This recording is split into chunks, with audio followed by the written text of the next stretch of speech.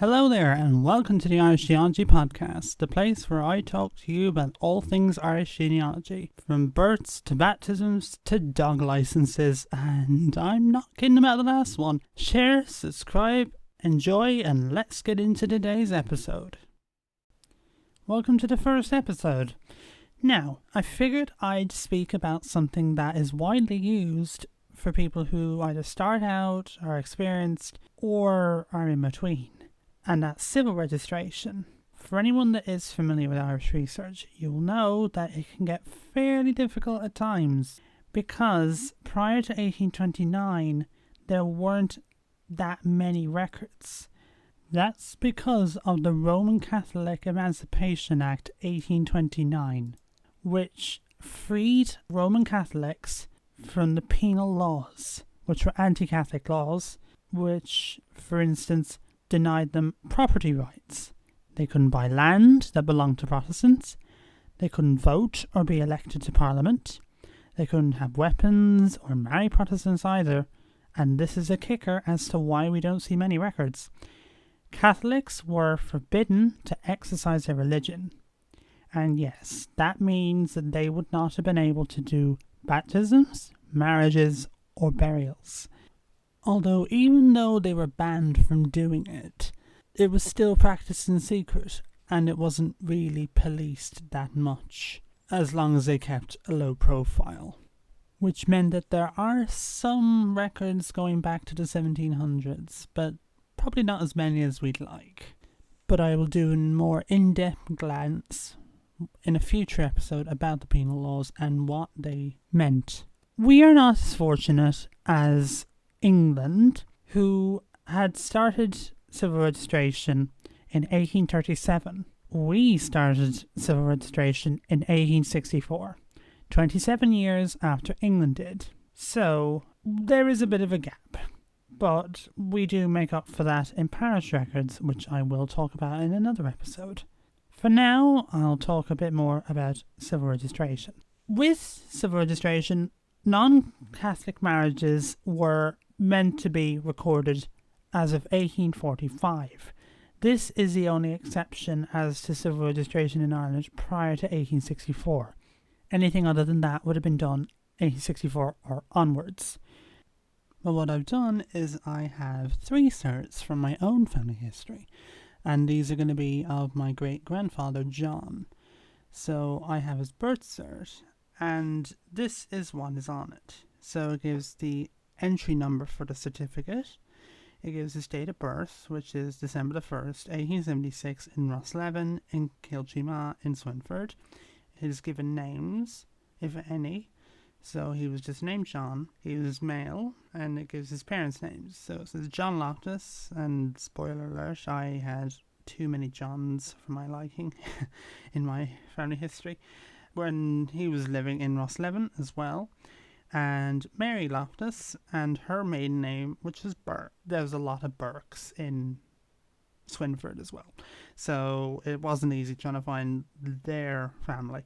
It also gives his father's occupation, which was a landholder. Then the qualification, residence, and signature of the informant, which was John Loftus, his father, who registered the birth.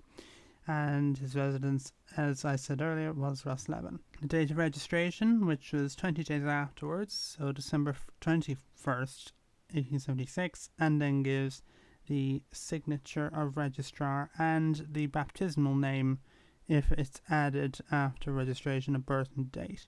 Now, I have not seen this one filled out for many, if any, that I've done, but it's there for a reason, therefore it has been used. For a marriage cert, you have the cert number, the date of marriage, so March 15th, 1911. Now this is to my great-grandmother Ellen Noon, so it gives the name, so John Loftus and Ellen Noon.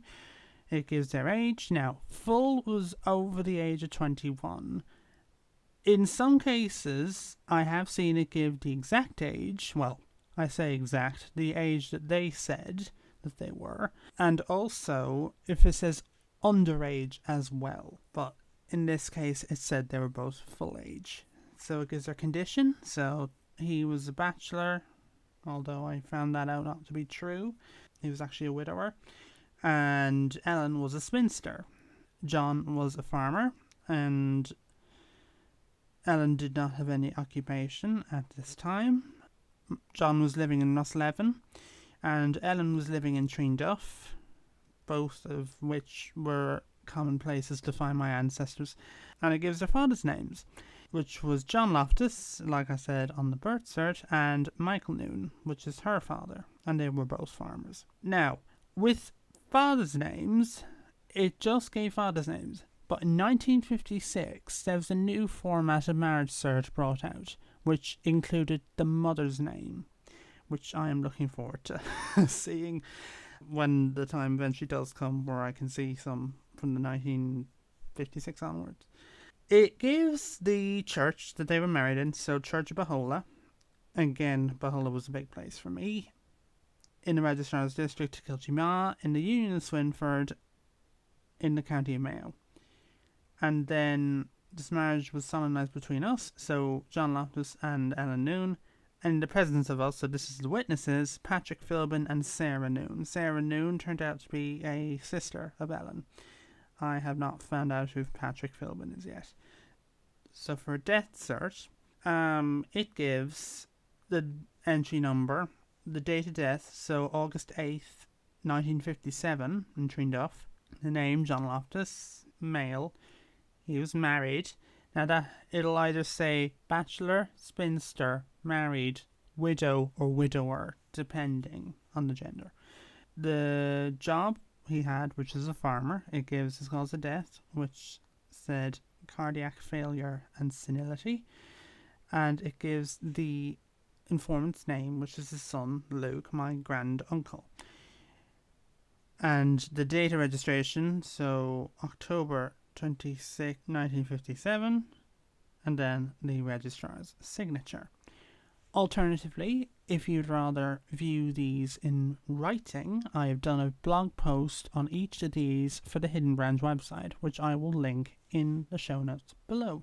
But you may be thinking, am I able to view them for free?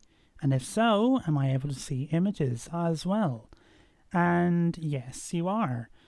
This is thanks to a site called irishgenealogy.ie, which was started by the Department of Tourism, Culture, Arts, Gaeltacht, Sport and Media in Ireland, which really helped people's research for Ireland because it allowed them to view any record from the start of civil registration up to the 100-year rule that we had for births, 75-year rule for marriages, and 50-year rule for deaths. And you're probably thinking, well, what does this mean? Unlike some other places, we have a 100-year rule for how early we can see births.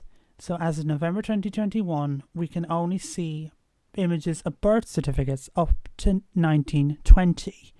But when next year, 2022, comes around, we'll be able to see certificates up to 1921. This covers the period of 1864 to 1920, which allows us to see the transcript and the results page and the image. However, there are some that do not have images and are just transcription only. For marriages, as I mentioned earlier, the only exception in Irish genealogy for civil registration is for non-Catholic marriages from 1845.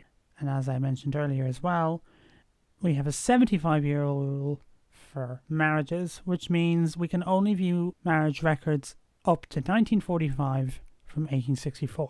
And finally, for deaths, we have a 50-year rule, which means we can view certificates up to 1970 from 1864. However, we are able to view images for births and marriages in those periods, but as of now, we are only able to view certificate images for deaths from 1872 to 1970. This is because, as of now, the images for 1864 up to 1871 have not been added.